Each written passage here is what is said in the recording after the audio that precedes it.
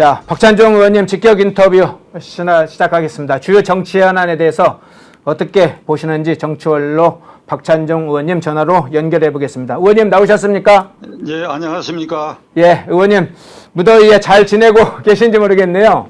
아, 예, 잘 들리십니까? 예, 저는 잘 들립니다. 예, 우선 제 의견을 말씀드리기 전에 페넷마이크가 지난 주말에 이 구독자가 100만 명을 넘었다고 보도됐습니다. 예, 100만 명 넘었지요? 예, 넘었습니다. 진심으로 축하드립니다. 천영식 대표님과 기자들 그리고 PD들 여러 앵커들이 그 노고가 집약된 것 같고 특별히 허현준 앵커의 노력이 크게 작용했으라고 생각하고 그렇게 감축드리는 바입니다. 예, 고맙습니다. 100만 구독자 우리 박찬종 의원님께서도 축하해 주시고 우리 제 댓글에도 이제 계속 중간중간에 100만 구독자 축하해 주면서 200만 구독자 응원해 주는데 의원님께서 축하를 해 주니까 더 힘이 나네요. 고맙습니다. 예. 아니 100만 구독자라는 게 과거의 종이신문 100만 부보다도 더 위력이 큰 겁니다. 예. 제가 길게 말씀하는데 하여간 거듭 축하드립니다. 고맙습니다. 자, 이 이슈부터 먼저 여쭤볼게요. 예. 민주당이 현재 전당대회 당대표 최고위원 선출 전당대회 진행 중이잖아요. 예. 예, 이재명 후보의 이제 득표율 그리고 투표율 이런 걸 두고 논란이 있는데 국회에서는 민주당 일방적으로 국회를 운영하면서 민생지원법이라고 스스로 이름을 붙이고 난 후에 일명 노란봉투법과 25만 원 지원법을 통과시켰는데요. 예. 박찬대 원내대표는 노란봉투법이 친시장, 기업법이라는 조롱성 발언까지 했습니다. 예. 이재명과 민주당의 이 국회 행태 지금 어떻게 평가하시나요?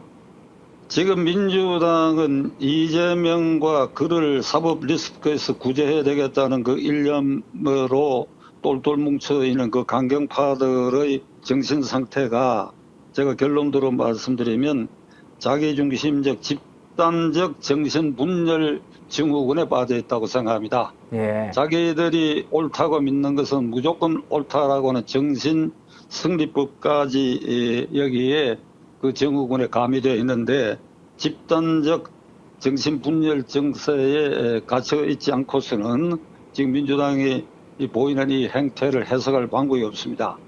지금 전당대회가 계속되고 있는데 이게 일반 여론조사에서 일반 국민 전체를 상대로 여론조사에서 당대표 적합성에 이재명 45%, 김두관 38%로 나와 있어요.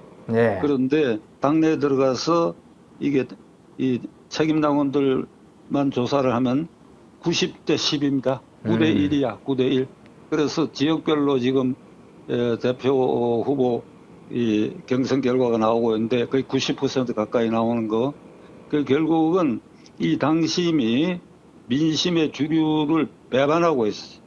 그래서 이들이 정신승리법에 젖어가지고 국회를 완전히 폭력적으로 지배하고 있는데 이 22대 국회 들어와서 지금까지 탄핵이 7건 발의해서 1건 통과시켰고 이진수 방통위원장 그 다음에 9건의 특검법을 지금 발의해 놓고 있는 이런 상태고 그중에 1개는 통과됐죠. 예. 그리고 정부 넘어져 와 있는데 이런 행태는 결국은 이 민심을 외면한 이게 민주당의 이 폭거가 결국은 역사의 파멸 쪽으로 가는 바벨탑을 쌓아가고 있다. 바벨탑. 예. 악성 바벨탑을 쌓아가고 있다. 이렇게 우선 진단을 드리고 그 노란봉투법에 대해서 박찬대 나하고 이름하고 비슷해서 예. 박찬종 의원님, 박찬대, 예. 부자나 비슷하네요. 예. 우리 집안 사람인가 알아봤더니 아닌 것 같고. 예.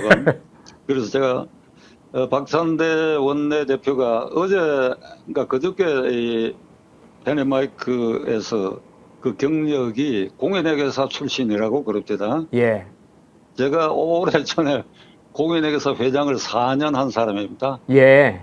내가 회장할 때는 아마 그 회원이 아니었던 것 같은데 그런데 공인회계사 직력을 갖고 있는 사람이 노란봉투법을 친기업법이다 이렇게 얘기하는 거 저는 이게 뭐 아주 좀 심하게 비판하고 싶은데 다만 이게 모두들 좀 이상 징후에 다 걸려서 정신분열증에 다 걸리는 사람들이야.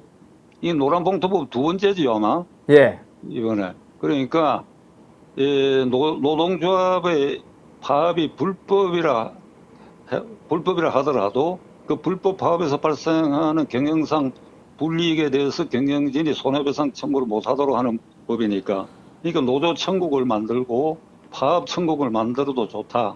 그 민노총에 이게 서비스를 하고 있어. 그 민노총이 민주당 강경파가 지배하는 민주당의 협력 외곽 단체가 아니고 네. 이게 민주당 강경파가 주도하고 있는 민주당은 민노총의 하부기관이 된 것 같아요. 아, 그렇군요. 예. 민노총의 하부기관이야.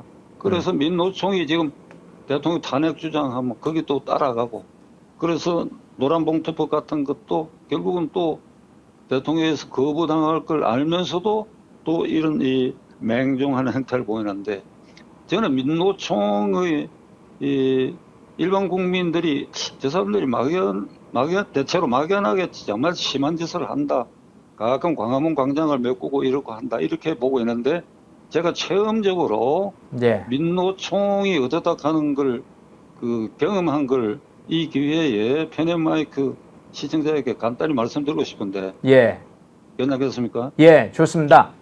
이명박 대통령 때에 울산의 현대자동차가 장기 파업을 했습니다. 예. 그러니까 민노총 산하 단위 사업장에서 노조원이 가장 많은 게 현대자동차와 이 현대중공업, 금속노조라고 불리죠. 금속 연맹이요. 예, 예. 그 금속노조에 속해 그것이 민노총의 주류를 이루고 있는데, 예. 자, 현대자동차가 그때 장기 파업을 하니까 울산 내 자영업자나 영세민들의 사업에도 영향을 주고 이러니까 공설운동장에서 시민 권리대회를 했어. 아, 이거 아주 이례적인 일이야. 예. 아니, 좀 파업하지 말라고. 예. 예? 그래서 그 울산의 그런 시민단체에 이제 과거 조직원도 있고 이래서 저도 한번 내려와 연설해달라 그러길래 내려갔는데 제가 공설운동장에 참가 못하고 현대자동차 공장이 문이 4개인가 큰 게 있는데 그 노조 사무실이 빤히 보이는 그 문 바깥에서 이제 이 스피커를 장치해 가지고 그 노조원들을 이제 설득 호소하는 시민들이 이제 차례로 말하자면 의견을 발표하는데 내가 그 마이크를 잡았어요. 예. 그래가지고 달래듯이 얘기했습니다. 이러면 안 된다. 심하게 하지 말라고. 예. 그런데 그때 제가 비로소 알았는데 그 노조 현대자동차 노조 사무실이 서울 시내 저희 집 앞에 있는 초등학교 교사보다도 더 큰 것 같아. 빌딩이. 하얀 아주 아름다운 빌딩에 흰색 빌딩에 3층짜리인데 그리고 그 마당에 이 차가 아주 빼곡히 서 있어요. 예. 그래 자세히 알았더니 노조 전임자가 250명이라 그래. 아, 그래요? 현대 250명, 자동차에만 노조 전임자가 250명이에요? 250명, 그때. 아. 그러니까 그 현장에 들어가서 그 자동차 조립에 참가하지 않는 겁니다. 예. 현장에 안 들어가고 그 월급은 월급대로 받으면서 거기 모여가지고 출근해가지고 노조 사무실에 모여가 하는 일이 언제 파업하느냐, 언제 이 경영진을 골탕 먹이느냐, 그 일만 토론하고 있는 것이죠. 예. 그러다가 이제 장기 파업도 하고, 그래서 이게 참 이런 식으로 귀족 노조라고 하는 게 이렇게 해서 탄생하고 있구나. 근데 그 무렵에 이 현대자동차 노조의 흑 역사가 있습니다. 예. 그러니까 그 몇 해 전에 이 하도 파업을 장기화하고 자꾸 이러니까 경영진이 하고 그게 이제 노조 지도부하고 타협을 하는데 이 돈을 준 거야, 돈을. 예.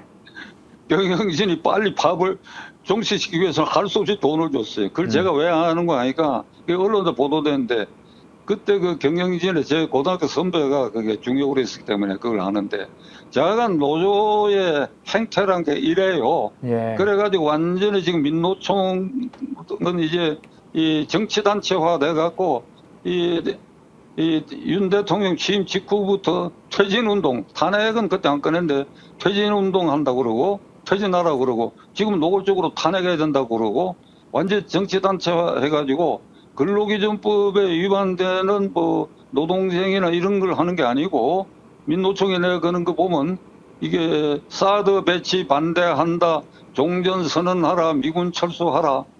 그러니까 이게 자유민주 체제를 파괴하고 김대중, 노무현, 문재인 정권은 지지 유지해지고 나머지 이 정권에 대해서는 이 정권 파괴 세력으로 등장하고 있다.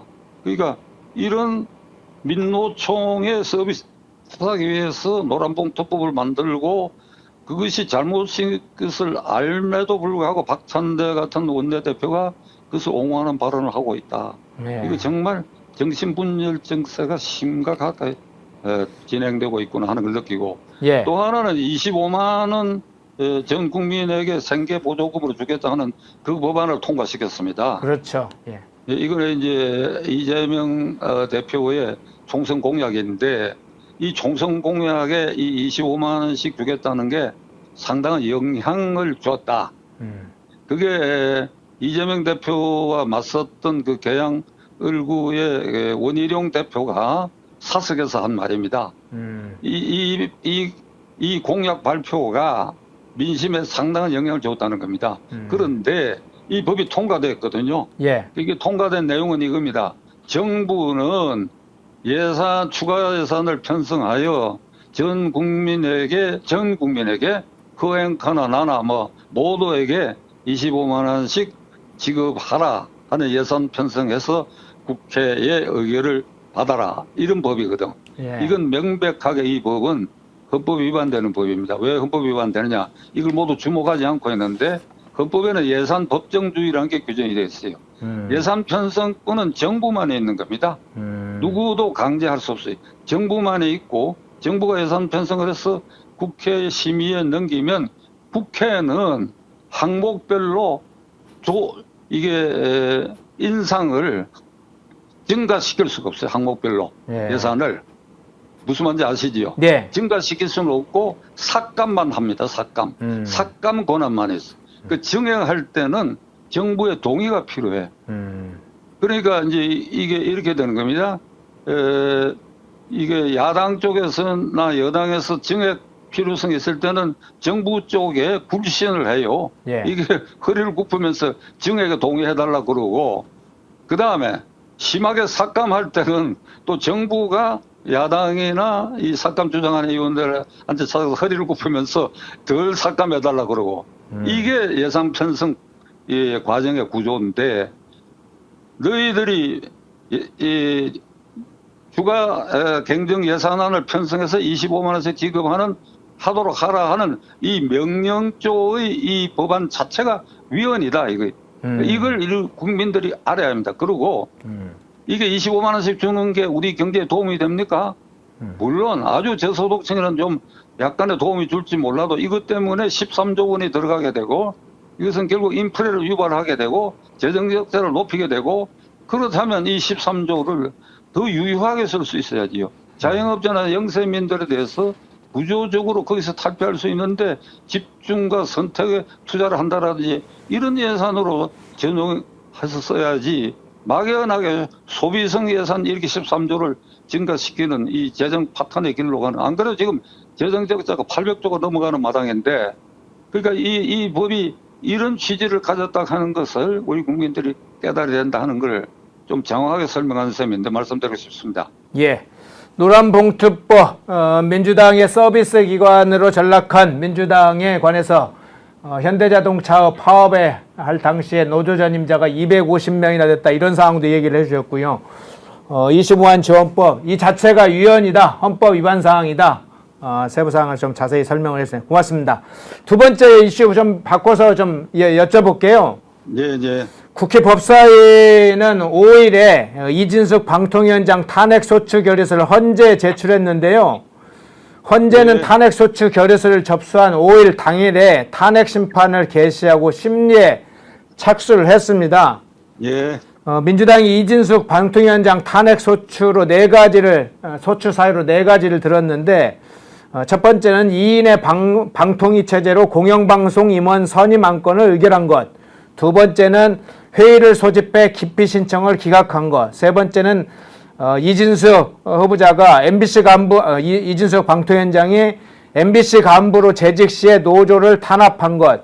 네 번째는 과거 5인 방통위 상임위원들이 서류 심사와 면접을 거쳐 협의를 통해 임명해온 관례 등을 위반한 것. 이렇게 이제 탄핵 소추 사유를 삼았는데요. 예. 예, 국회에 이 이진숙 방통위원장 탄핵 소추 문제 어떻게 보시는지, 그리고 헌재가 지금 탄핵 심판을 시작을 했는데 그 부분은 어떻게 지금 예상을 하고 계신지요? 이진숙 위원장에 대한 탄핵 건을 말씀드리기 전에 어제 말이죠. 예. 오늘 아침 뉴스에서 내가 들었는데 어제 민주당의 방통위 소속 의원들이 떼거리로 이 과천에 있는 방송통신위원회를 몰려가가지고 지금 위원장은 이제 탄핵 결의에 대해 직무정지가 됐으니까 부위원장 김태규 부위원장을 상대로 폭언과 협박을 했다라고 하는 것이 보도됐어요. 예. 예, 자료를 내놔라. 무슨 자료를 내놔라.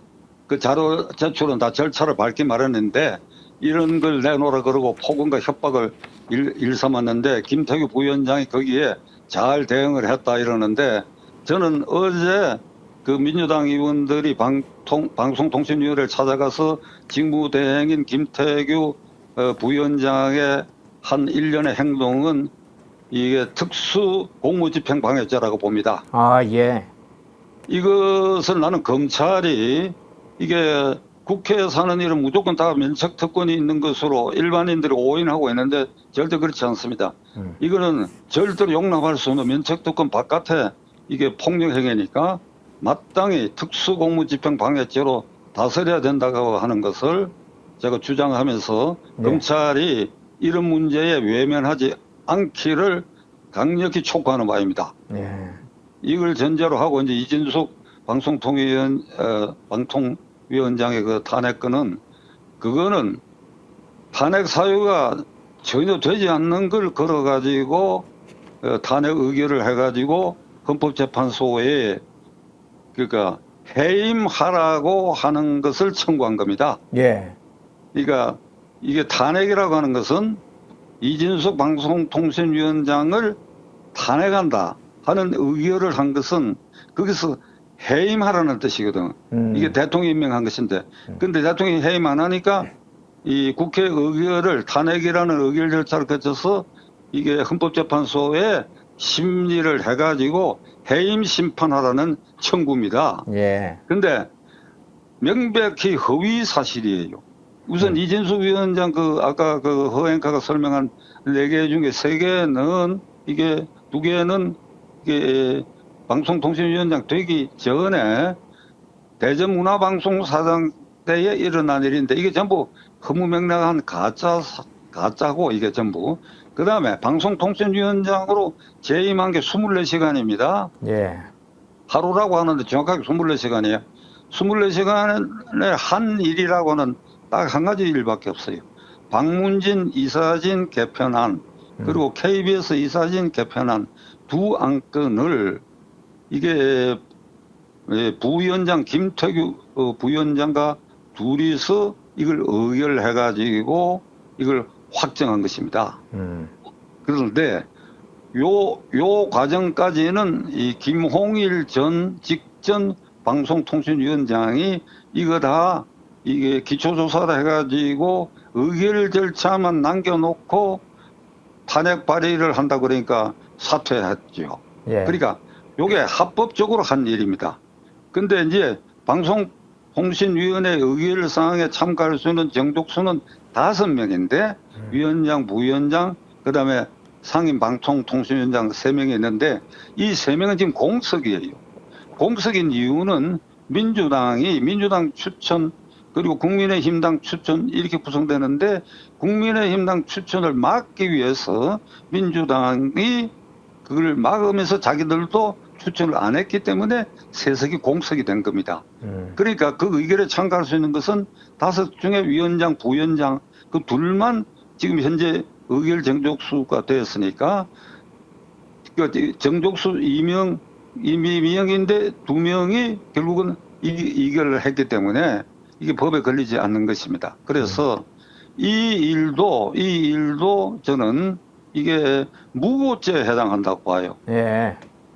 국회의 방송통신위원회에서 의결하고 본회의에 의결을 거쳐서 탄핵안을 이 헌법재판소에 해임을 청구한 거, 이 과정이 민주당의 일부 의원에 의한 무고행위다. 무고라고 하는 게 뭔가 하면 형법에 형사사건으로 처벌하게 하거나 징계 처분을 받게 할 목적으로 허위 사실을 들어 수사기관이나 관계 공무소에 그러니까 관계 행정기관에 제소 고발하는 행위, 허위 사실을 들어서 처벌하게 할 목적으로 수사기관에 고소 고발하거나 아니면 징계 처분을 허위 사실을 들어 징계 처분을 받게 할 목적으로 공공기관에 제소 진정하는 행위, 이게 무고죄에 해당하고 법정형은 10년 이하로 굉장히 무거운 죄입니다. 예. 그러니까 국회 민주당의 강경파 일부가 터무니없는 허무맹랑한 허위 사실을 쳐들어서 이진숙 방통통신위원장을 탄핵 결의를 하고 그것을 헌법재판소에 해임하라. 해임은 결국 최고로 강한 징계 처분에 해당하는 것이거든. 예. 그러니까 헌법재판소의 이 심판 결과 해임을 결정하는 것은 결국 징계 처분에 해당하는 이게 행정행위에 해당하는 것이니까. 그러니까 이것이 무고죄에 해당한다. 그러면 일부에서는 아니 국회의원의 이 면책특권이 있지 않느냐 이런데 국회의원의 면책특권은 지금 대법원 판례에 의해서 명백한 허위 사실을 공표하거나 의결할 때까지 면책특권이 적용되지 않는다는 판례가 있습니다. 그러니까 이것을 저는 검찰이 이 문제를 아주 면밀하게 따져서 무고죄로 처벌할 수 있는 강단을 보여야 할 때라고 저는 생각합니다. 왜 그런가 하면 지금 줄줄이 기다리고 있는 이 탄핵안도 제가 보기에는 전부 엉터리고 허위사실입니다. 그중에 지금 검사 탄핵안 4건이 지금 발의돼가 심리 중에 있는데 그중에 아주 유명한 울산지방검찰청에 근무할 때의 대변 사건 있지 않습니까? 똥 사건. 예. 박상용 검사. 네. 그 검사가 지금 이 수원지방검찰청에서 대북 송금 사건, 이재명 사건 수사를 담당하는데 가령 이 검사를 지금 탄핵 발의하고 있는데 그 대변 사건, 그러니까 그날 울산지검에 근무할 때 그 검사장이와 검사들이 그 청사내에서 회식을 하고 그 좀 술에 취해 가지고 그 박 검사가 민원실에서 똥을 넣었다. 사실 무근인 거.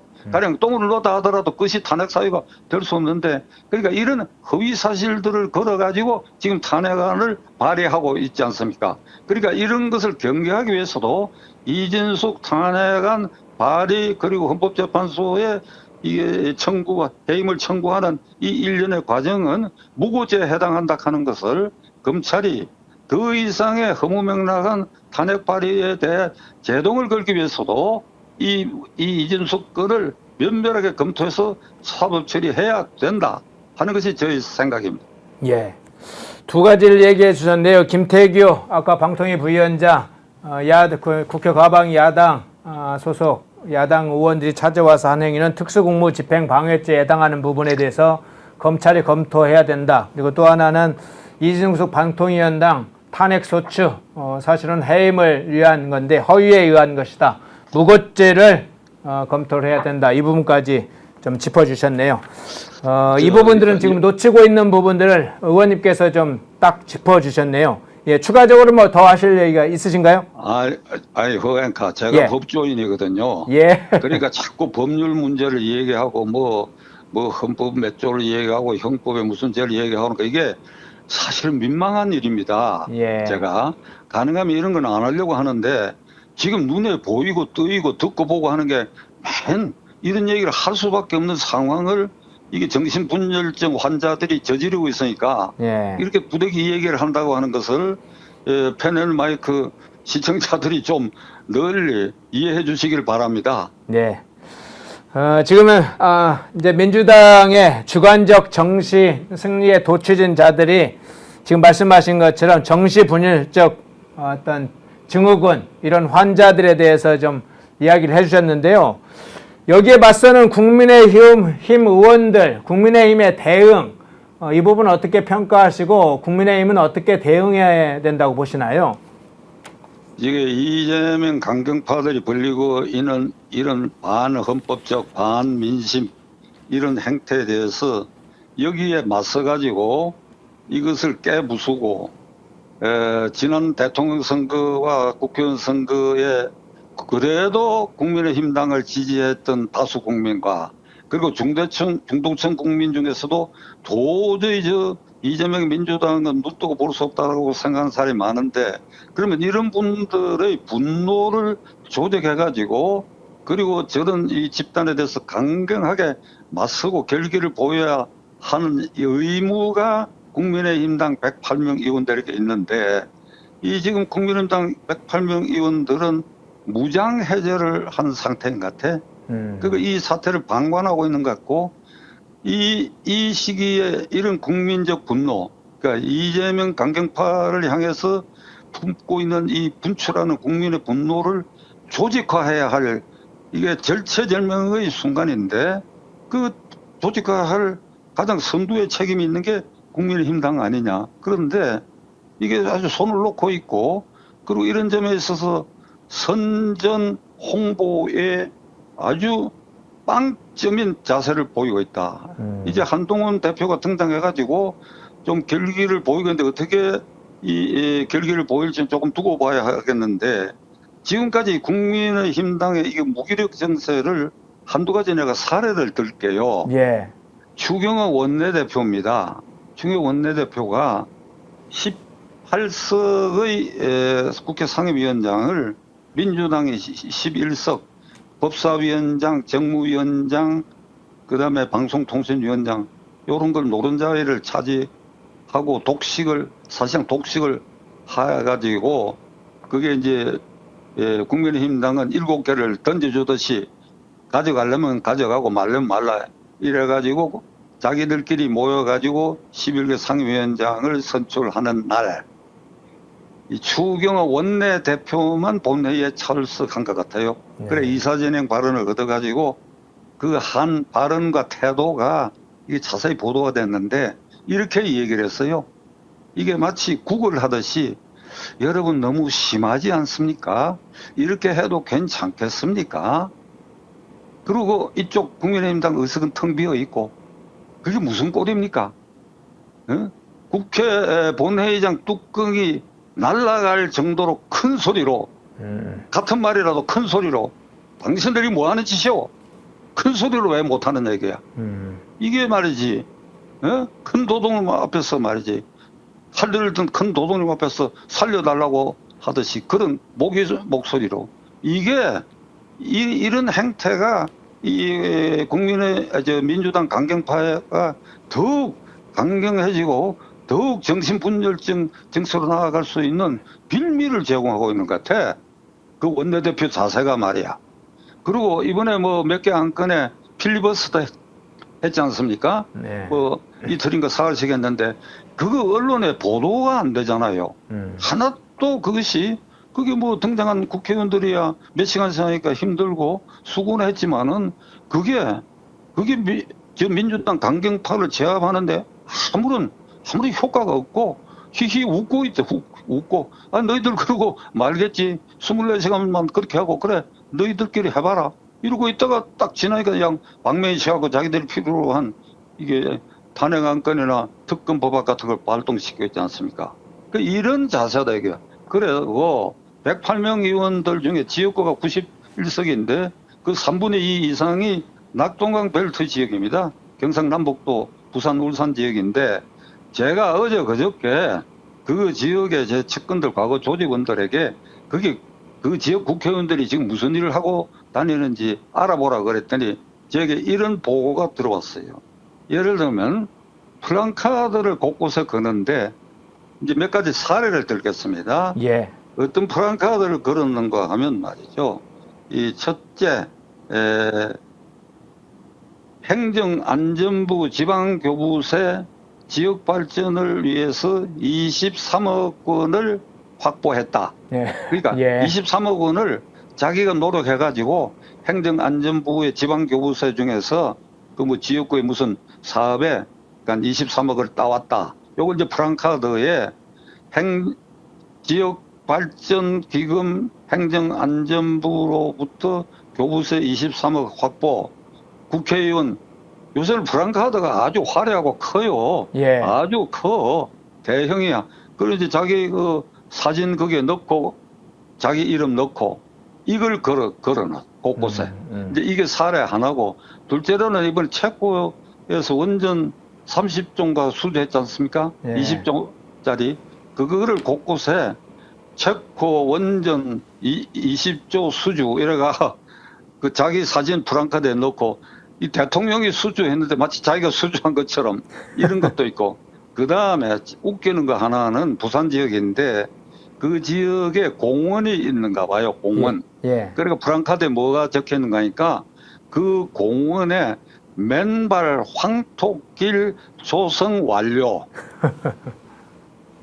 그러니까 무슨 말인지 아시겠죠? 예. 그 공원에 이게 등산로 같은 게 있는 모양인데 황토길을 만들어가 맨발로 하면 이게 몸에 좋다는 이제 항설이 있어요. 그러니까 거기 맨발로 다닐 수 있는 황토길 조성을 자기가 했다. 아니 구청장이 했지 뭐 국회의원이 했나 뭐 조언을 했겠지. 자간 이런 걸 이제 자기 사진을 크게 넣어가지고 이제 걸고 있다. 그러니까 지금 이게 상징적인 일인데 다선 의원은 점잔을 빼는지 이게 나서 싸우지 않고 조재선 의원은 말 잘못했다가 개딸들한테 찍힐 것 같고 그러니까 그렇고 그런데 국회의원 한다는 흔적을 내야 되겠고 하니까 이런 안주하면서 23만 원, 뭐 원전 수주, 황토길 조성 그러니까 이따위 지시나 하기 때문에 이걸 쳐다보고 붕괴한다는 겁니다. 그게 예. 우리가 이놈들아 너희들 이 짓 하라고 그래서 세비 폭탄 받아가 배부르니까 이 짓 이런 짓이나 하라고 우리가 뽑아준 줄 아느냐. 붕괴하고 저한테 이런 전화를 그랬어. 그래서 제가 조사해봐라 갔더니 이런 거예요.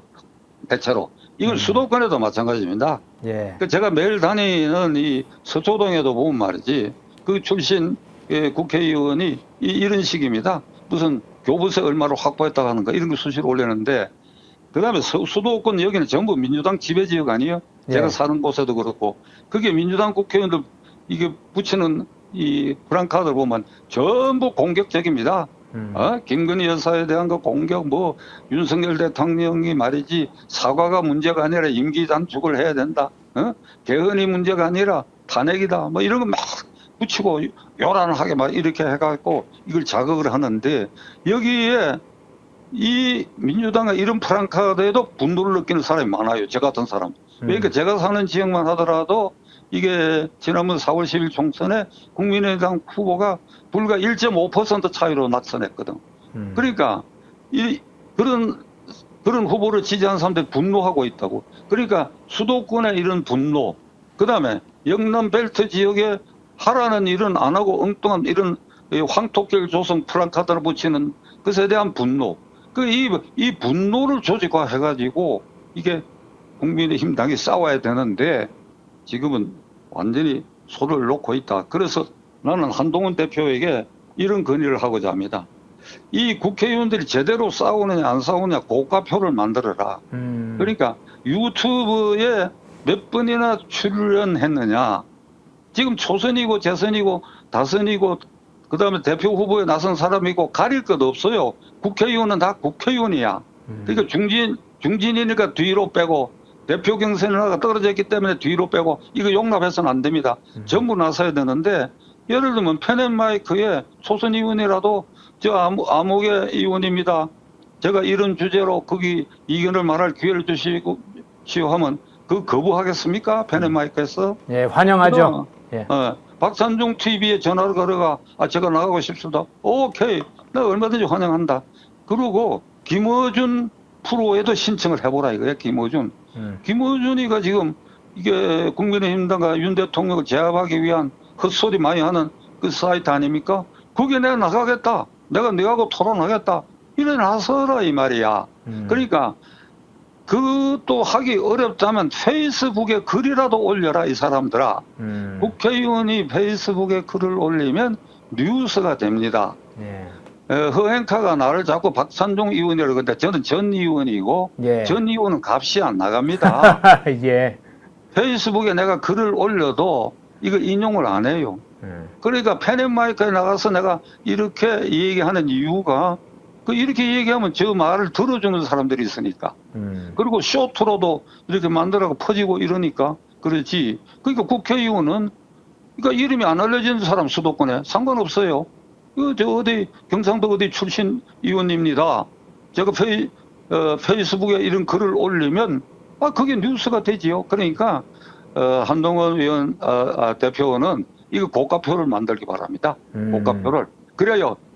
이게 초선 재선 할 것 없이 유튜브에 나가서 어떻게 말하고 어떤 주제로 얘기하고 페이스북을 어떻게 작성하는 거 좀 외람된 얘기는 교육을 시키세요. 교육. 선뜻 나서기 어렵게 모두 생각하니까 교육을 시키시오. 그리고 이런 정도 범위 안에서 얘기하는 거는 당에서 절대 문제 삼지 않겠다. 개딸들에게 이렇게 찍히더라도 상관없다. 그러니까 과감하게 좀 나가라. 그러니까 이런 분위기를 조성하기를 저는 108명 의원들에게도 호소하고 새로 된 대표인 한동훈 대표에게도 호소하고자 합니다. 지금 이렇게 말하는 제 심경은 분노에 지금 가득 차 있습니다. 당신들 어째 이런 수준이냐 이 사람들아. 이렇게밖에 할 수 없느냐. 저 이재명 일당을 봐라. 너희들은 분노하지 않느냐. 네, 이런 마음입니다. 네. 한동훈 의원 대표 지금 당을 새롭게 이끌어갈 그 상황인데 한동훈 대표가 지금 새롭게 이제 조직도 정비하고 뭐 여러 가지 추진하겠습니다. 지금 우리 박찬종 의원님이 얘기했던 사실은 이제 국민들을 대상으로 한 여론전이 굉장히 중요하죠. 또 정치 현안에 대해서 핵심을 찔러가면서 정치 상황을 뒤바꾸는 그런 촌철살인의 역할을 할 텐데 의원들은 일종의 이제 신문 매체나 방송 매체에서 주목을 많이 해주니까 국회의원들이 직접 페이스북이라도 글을 쓰면 그게 기사거리가 된다. 이제 그런 얘기까지 해주시면서 평가표, 고가표 이런 것도 하고 교육도 좀 해라까지도 조언을 해주셨네요. 그 말 끝에 말이죠. 예. 지금 내가 예를 들면 프랑카드 그런 국회의원들 그거 다 내려요. 네. 창피하지도 않나. 그 프랑카 다 내리라고. 예. 23억은 뭐 확보했다. 황토끼를 조성했다. 황토끼. 그거 다 내리고 예. 다 내리고 공격적인 프랑카드를 해서 국민들 좀 시원하게라도 해줘. 예. 그거 부탁하고 싶습니다. 네. 황토끼는 어디 구청장이나 구의원이 다른 연수막이면 모를까. 황토끼. 참 그런 현실이군요. 예. 저 마지막 이슈 하나 여쭤볼게요. 이제 그 예. 대법관이나 대법원장 문제, 사법부 문제 한번 여쭤볼 텐데요. 예. 변호사법 위반 혐의와 재판 거래 의혹 등으로 지금 권순일 전 대법관이 지난번 검찰의 소환 조사를 받았고요.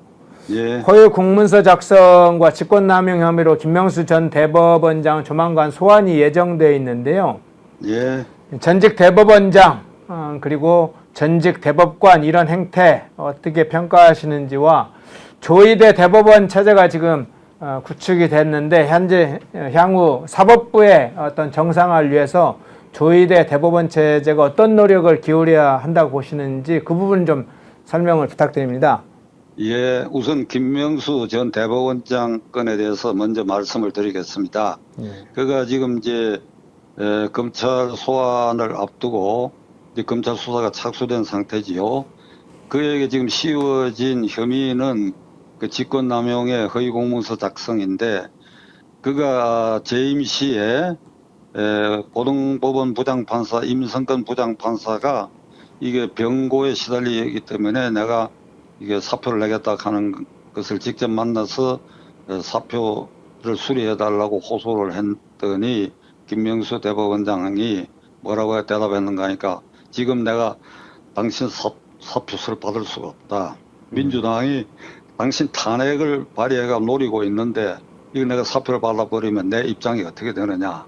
이제 이렇게 이제 얘기를 했는데 이게 자기가 그런 말 할 일 없다고 잡아떼 버렸어요. 그러니까 거짓말을 했지요. 잡아떼 버렸어.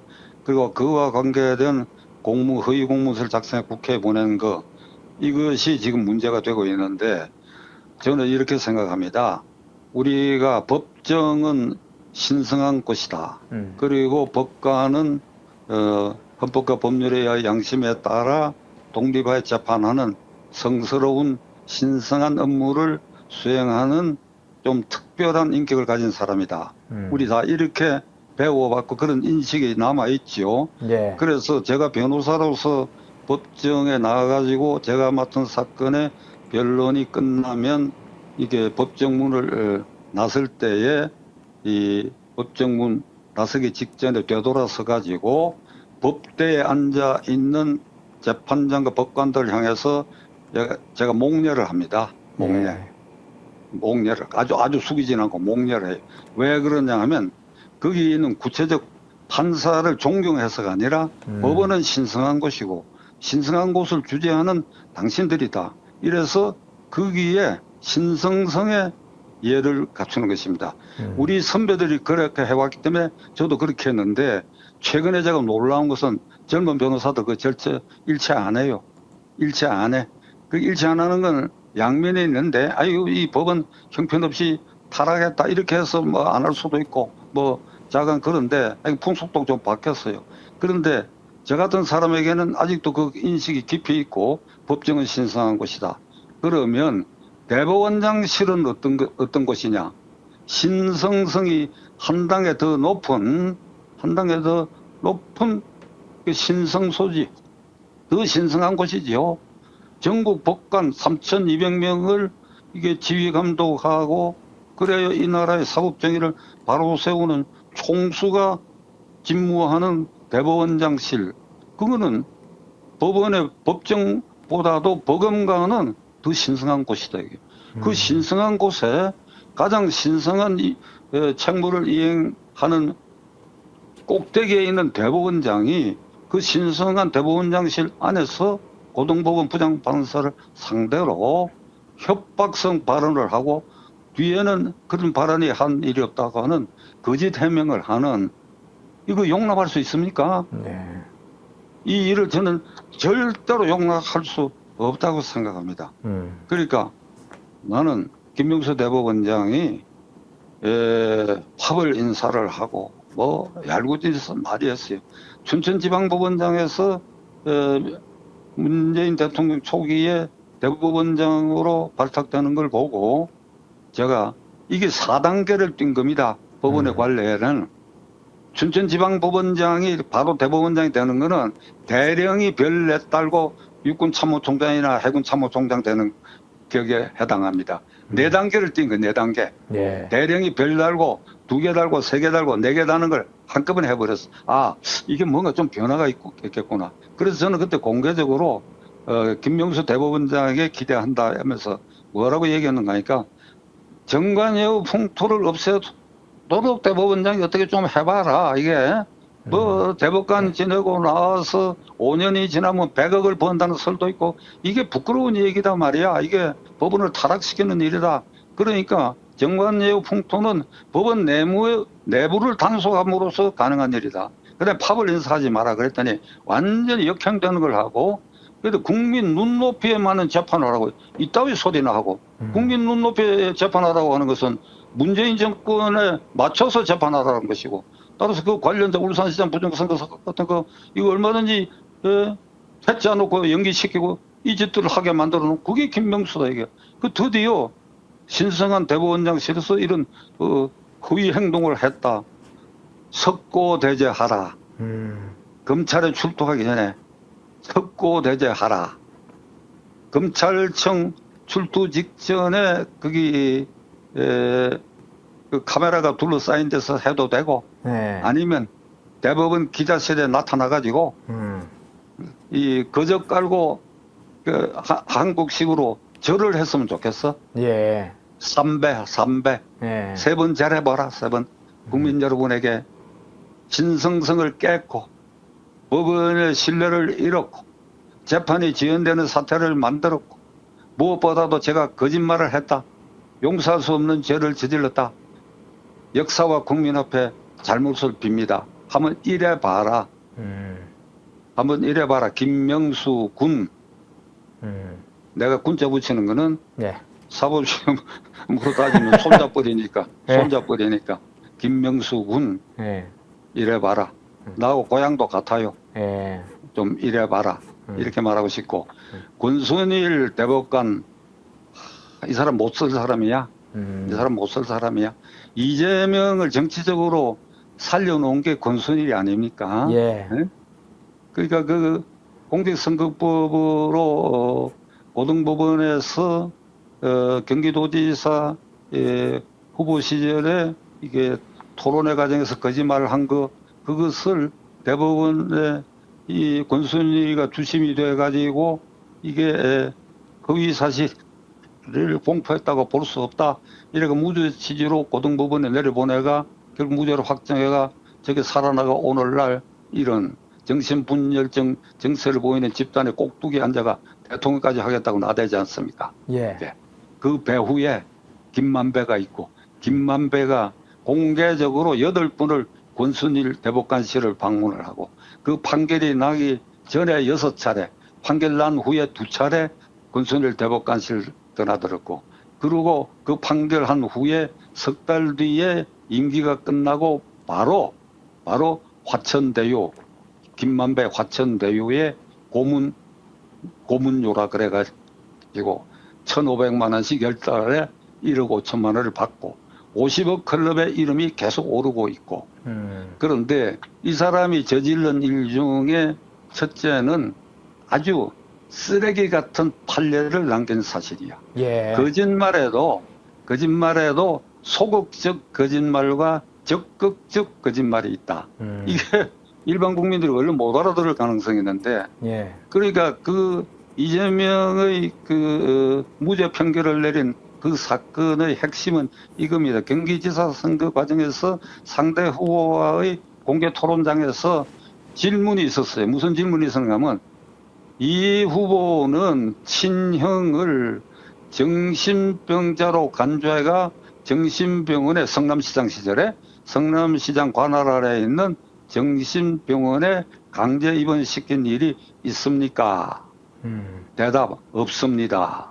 근데 실제로 그렇게 한 개 판명이 돼가 없다고 한 것이 허위 사실이다. 해가 기소가 돼가 고등법원에서 당선 무효형에 해당하는 300만 원 벌금이 이게 선고되는데 이게 대법원에서 권순일이가 어떤 판결을 했느냐. 이건 소극적 거짓말에 해당한다. 무슨 말인가 하면 당신 이런 일이 있느냐 하는데 그 물음에 대해서 순간적으로 당황할 수도 있고 이래가 그런 일이 없다. 이렇게 했으니까 예. 자기가 자진해서 나는 내 친형을 정신병원에 강제로 입원시킨 일이 있습니다. 본인의 입으로 이렇게 얘기한 거는 요게 등급이 다르다.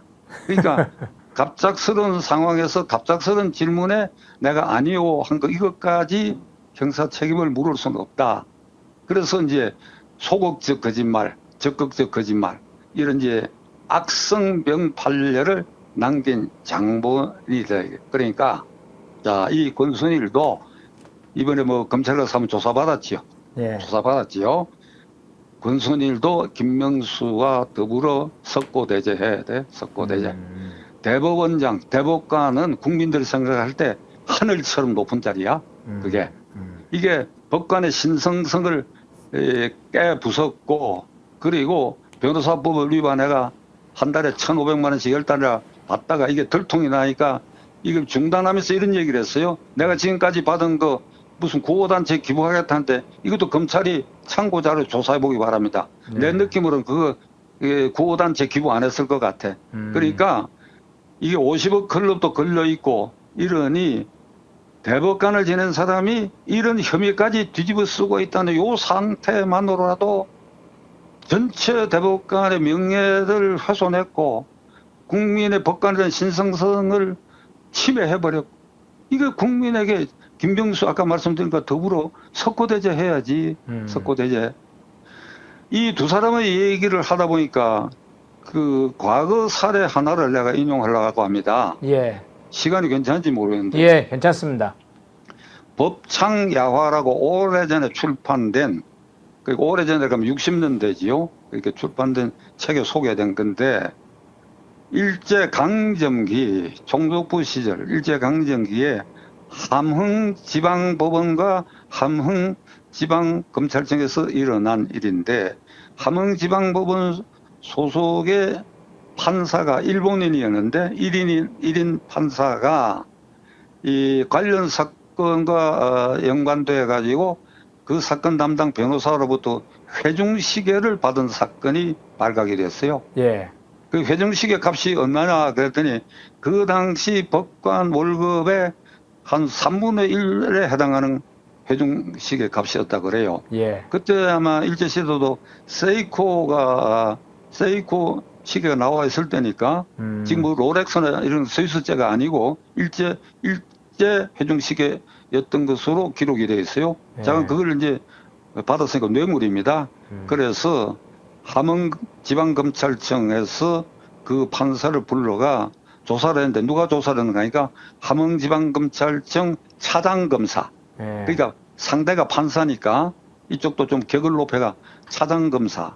그러니까 법조 경력으로는 그 판사보다도 훨씬 선배겠지요. 예. 그게 이제 조사를 해가 뭐 조서를 다 작성하고 다 도장을 찍고 딱 듣고 난 다음에 그 차장검사가 나 자네한테 한마디 하겠다. 그러니까 뭐라고 얘기하는가 하니까 자네 때문에 전국의 법관의 명예를 훼손했을 뿐 아니라 특히 자네는 일본인 판사야. 아. 조선인들이 우리 일본 판사가 이 모양이니까 이게 말이지, 예? 어떻게 생각하겠느냐. 그러니까 예. 자결해라. 자결하라고요? 자결해라. 자결. 예. 죽어라 이거예요. 스스로 목숨을 끊어서 너의 과오를 하늘과 땅에 씻도록 해라. 아. 자결하라. 어떻습니까? 아, 아주 엄중하네요. 엄중하지요. 예. 근데 그 후속 담화는 없어. 자결했는지 안 했는지는 없는데, 예. 자간 그렇게까지 나갔어. 그렇다면 김명수, 권순일, 김명수 군, 권순일 군, 예. 이 법창야화의 이 사례를 어떻게 느끼는가? 어떻게 느끼는가? 내가 석고대죄하라고 하는 것은 몇 등급 낮춰서 요구한 것이에요. 예. 몇 등급 낮춰서 요구한 것이에요. 예. 제가 이렇게 말하는 이 순간에 저도 지금 분노하고 있습니다. 야, 그 법창야화의 사례를 들으니까 석고대자도 어떻게 보니까 좀 작게 보일 정도로 그렇게 엄정한 그런 상황이 있었군요. 조희대 대법원 처제가 향후에 이 문제, 좀 법원 문제에 대해서는 어떻게 대처해야 한다고 보세요? 잘 하리라고 봅니다. 예. 조희대 대법원장도 오늘 제가 말한 법창야화의 이 판사 일화도 그 조희대 대법원장도 한번 참고로 하셨으면 좋겠습니다. 예. 예. 그러니까 정말 깡단하게 나가시기를 기원해 마지 않습니다. 조희대 대법원장님. 예. 예, 기대를 겁니다. 예. 조희대 대법원장님, 강단 있게 사법부를 이끌어 주시라. 그렇게 얘기해 주셨네요. 의원님, 긴급 인터뷰 예. 고맙습니다. 목소리가 잘 들리는지 모르겠습니다. 잘 들렸습니다. 예, 감사합니다. 예, 다음 주에 다시 또 직격 인터뷰를 연결하겠습니다. 감사합니다. 예, 다음 주에 뵙겠습니다. 의원님 고맙습니다.